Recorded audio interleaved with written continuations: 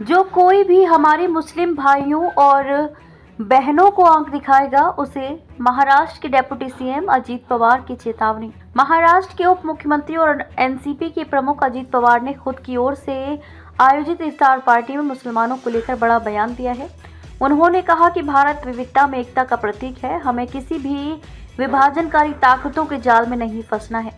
हमने अभी होली मनाई है, गुड़ी पड़वा और ईद आने वाली है। ये सभी त्योहार हमें एक साथ मिलकर मनाने हैं क्योंकि एकता ही हमारी असली ताकत है। अजीत पवार ने आगे कहा, मैं आपको भरोसा दिलाता हूं कि आपका भाई अजीत पवार आपके साथ है।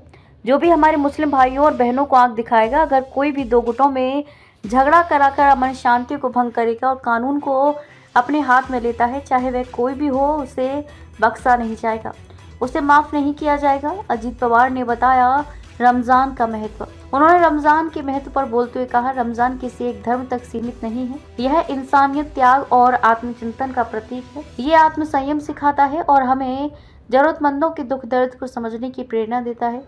रोजा न केवल शरीर को बल्कि मन और आत्मा को भी शुद्ध करता है। भारत वास्तव में अनेकता में एकता की मिसाल है। आपको बता दें कि पवार की इस प्रतिक्रिया को सहयोगी पार्टी बीजेपी नेता नीतीश राणे के बयान पर करारा जवाब माना जा रहा है, जिससे राजनीतिक गलियारों में चर्चाओं का दौर तेज हो गया है, खासकर तब जब महाराष्ट्र में सांप्रदायिक हिंसा कई जगह भड़क रही है। क्या था नीतीश राणे का बयान? बीजेपी नेता नीतीश राणे ने हाल ही में कहा था कि छत्रपति शिवाजी महाराज की सेना में एक भी मुसलमान नहीं था।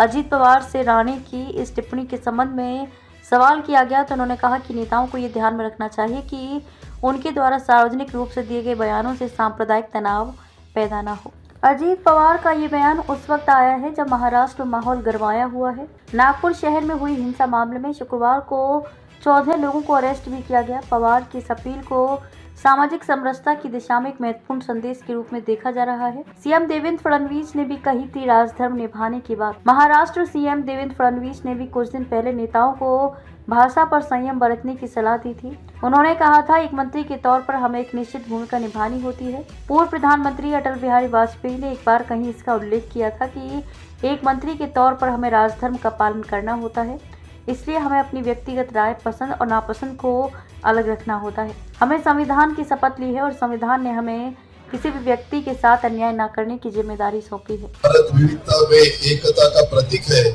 छत्रपति शिवाजी महाराज, डॉक्टर बाबा साहेब अम्बेडकर, महात्मा ज्योतिबा फुले, राजर्षि शाहू महाराज ने सभी धर्मों और जातियों के साथ लेकर समाज की उन्नति का मार्ग हम सबको दिखाया है।